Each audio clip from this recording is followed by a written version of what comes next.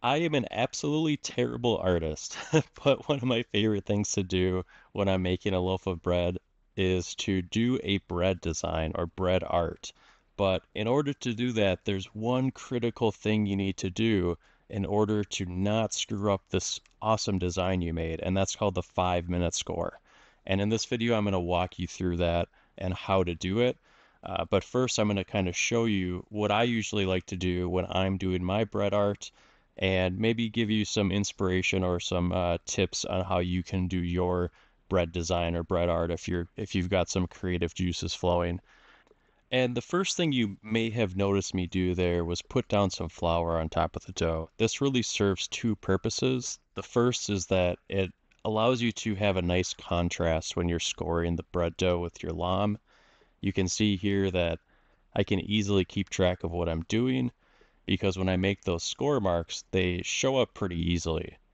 Also, the second thing it offers is that once this is baked, because it has that flour on top, it's going to offer a nice contrast on the final product as well. Now, you don't have to put flour down if you want to do bread art like this, but it certainly makes things kind of pop out because once it's baked, that top layer is going to be a lighter color than the score marks are going to be, so it really stands out. And I really like to use all sorts of things from around my house to do this. I've even used some of my kids' toys before, but this is just a piece of dental floss, and I use dental floss to keep track of lines on the dough once I put the flour down.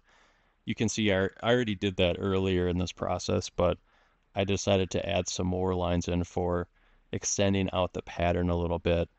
And obviously, this is just for kind of a straight, boxy, symmetrical pattern on both sides. But if you're doing like a circular design, you might want to put some flour down and trace some circles with a toothpick or whatever you think you need. You could likely find it around your house.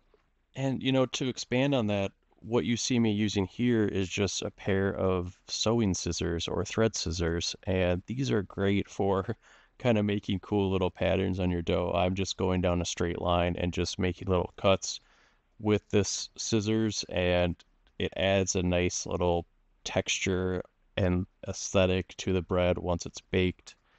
So there's all sorts of things you can use. You have to get really creative with it.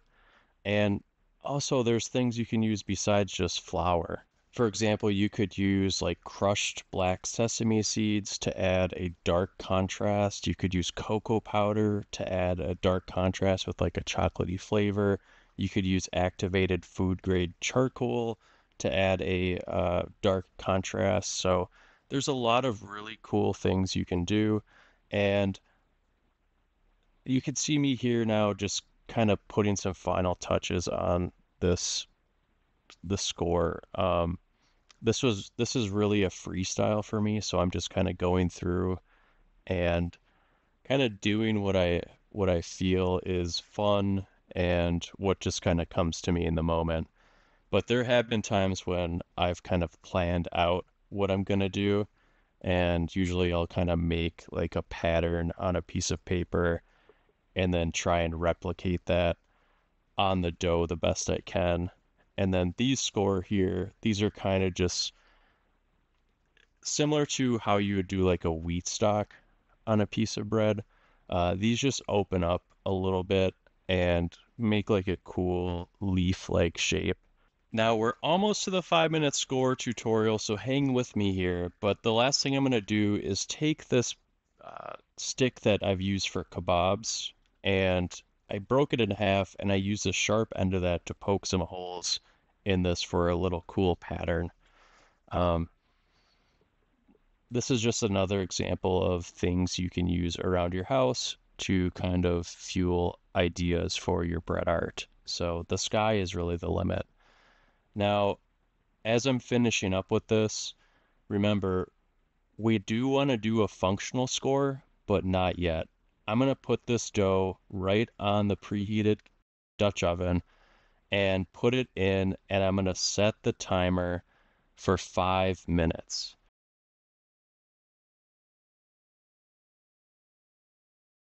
It's been 5 minutes. Now here's where the magic happens for our bread art. We're gonna take our Dutch oven out of the oven and temporarily remove the lid. You can see that it's only had time to form a nice crust on the top. It hasn't been enough time to oven spring yet. So we're gonna take our bread loam and do our functional score now. And for my particular pattern, I'm going to do a functional score right down the middle. It's going to cut through like butter because the bread is nice and warm, but you can do the functional score wherever you want. And you can see here, it leaves a nice couple centimeter thick layer of crust on top. Now, to finish this off, we're just going to cover it and bake at our normal times and then bake at our normal uncovered times.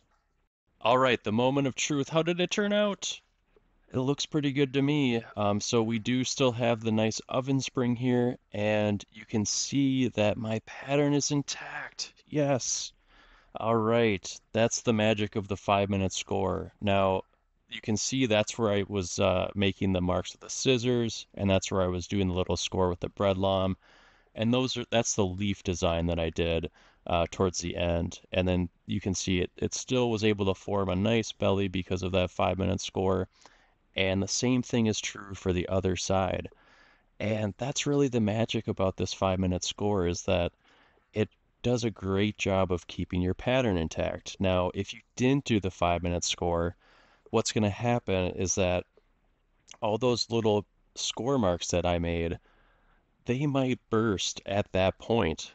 So this is a really great strategy for if you want to make sure that the bread art or design that you spend so much time on stays intact.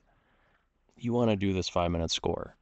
And you might be thinking to yourself as we zoom in a little bit on this bread, man, this design really sucks. And you're probably right. I mean, I am not an artist, but this is just kind of what my mind was able to create on the fly, doing like a freestyle bread design. So if you like this video, please give it a thumbs up. I would really appreciate it. And happy baking, everyone.